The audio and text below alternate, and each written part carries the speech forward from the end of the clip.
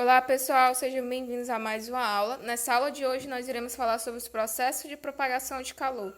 Nas aulas anteriores nós falamos sobre energia térmica e também sobre calor, o que era calor, e falamos um pouco sobre as unidades do SI para calor, que foi joule e caloria, certo?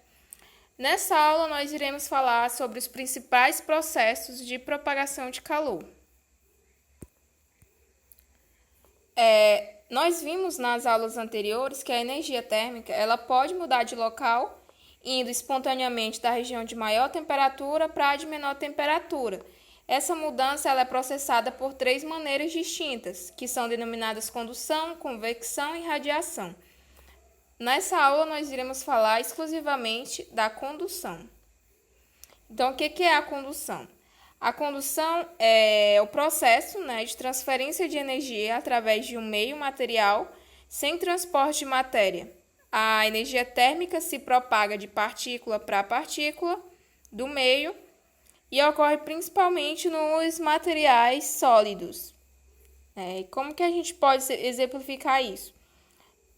Ao colocarmos a ponta de uma barra de metal, em contato com uma fonte térmica, e segurarmos a outra extremidade, a gente vai notar que o local que está em contato com a mão, ele se torna rapidamente cada vez mais quente, apesar dele estar distante da fonte de calor. É o que acontece quando uma cozinheira ela fica mexendo o conteúdo de uma panela com a colher metálica. Após algum tempo, ela não vai conseguir manter a colher em sua mão, já que toda a colher se encontra muito quente.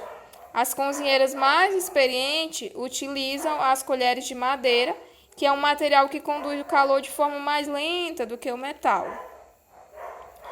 Nos exemplos citados, o calor ele se propaga através de uma barra de ferro e da colher.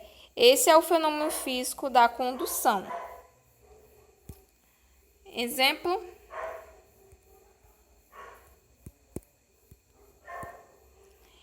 Essa barra de ferro, como eu havia falado, vocês podem ver que essa barra ela foi colocada em contato com a barra de metal, a ponta de uma barra de metal está em contato com a fonte térmica é a vela, e suponhamos que nós seguramos, com a mão essa extremidade. O que a gente vai notar, é que essa barra, ela cada vez vai ficar mais quente e apesar de estar distante da fonte de calor, a parte que está com a nossa mão, ela vai ficar aí mais aquecida mais rápido.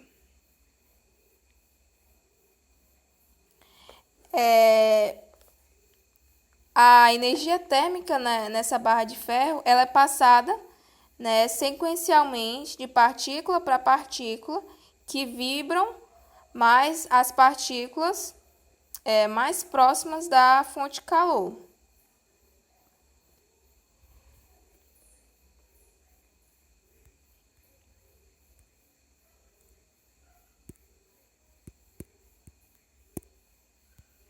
Aí eu trouxe para vocês, na figura 2, outro exemplo de condução,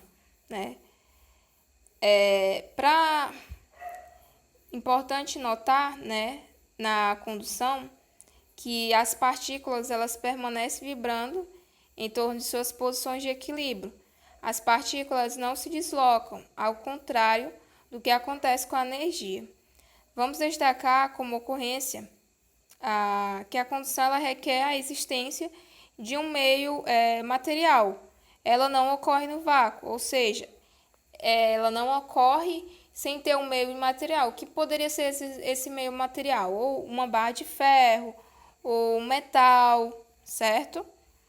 Aí nessa figura nós temos também condução.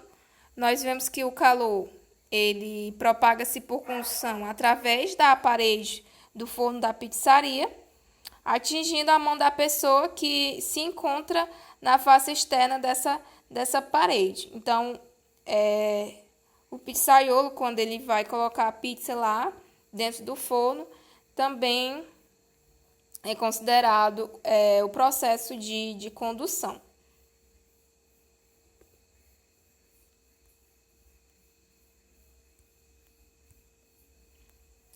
Então, daí do processo de condução, nós temos o que chamamos de fluxo de calor ou lei de Fourier, né? O que foi, né, essa lei e o que é fluxo de calor? O Joseph Fourier, ele nasceu, né, em uma família nobre na segunda metade do século XVIII, se tornando órfão aos 10 anos. Ele abandonou o seminário antes de fazer seus votos religiosos, passando a viver como professor de matemática.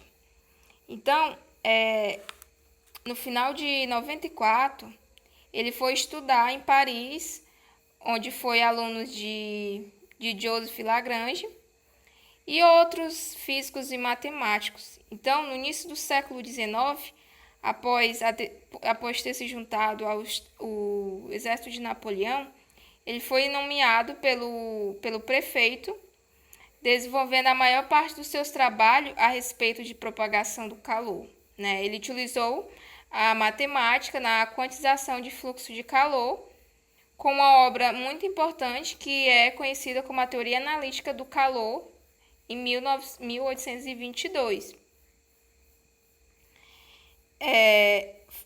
O estudo de Fourier foi um estudo quantitativo de calor, né, que ele falava que flui através de uma barra de seção transversal uniforme.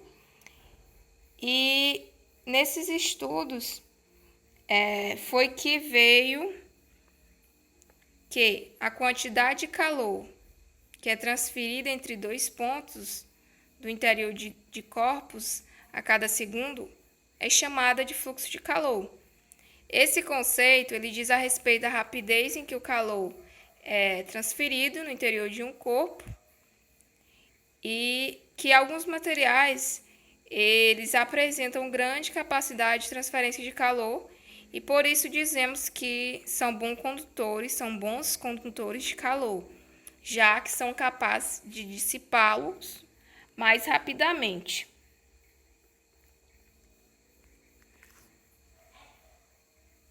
Então, o fluxo de calor ele é definido em função de uma constante K, que é medida em watts, né, de acordo com o Sistema Internacional de Unidades, mas também ele pode ser medido em calorias por segundo. Esse fluxo de energia ele é proporcional à diferença de temperatura entre dois pontos de um corpo e corresponde à quantidade de energia que flui na forma de calor a cada metro quadrado de superfície durante um intervalo de tempo de 1 segundo, ok?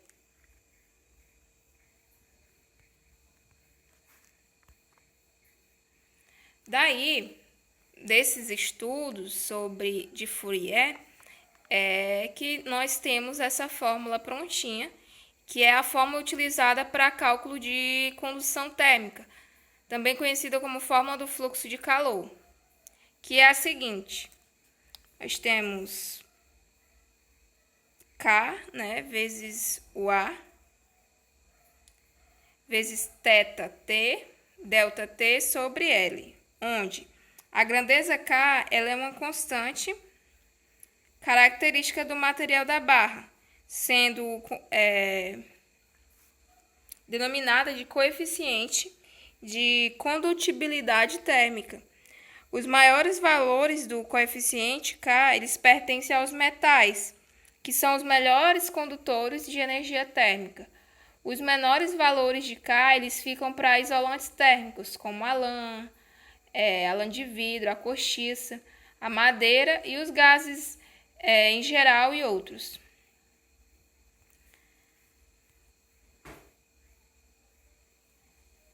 Nessa imagem nós temos a condutividade térmica de materiais a 20 graus Celsius. E aí nós temos os maiores, né, condutores os maiores valores de coeficiente K, né, que são os pertencentes ao metal. Nós temos a prata, o cobre, o alumínio, o tungstênio, o ferro, o vidro, a água. Então, essa tabela aqui ela é importante, né, porque ela apresenta os coeficientes de condutibilidade de algumas substâncias ou materiais.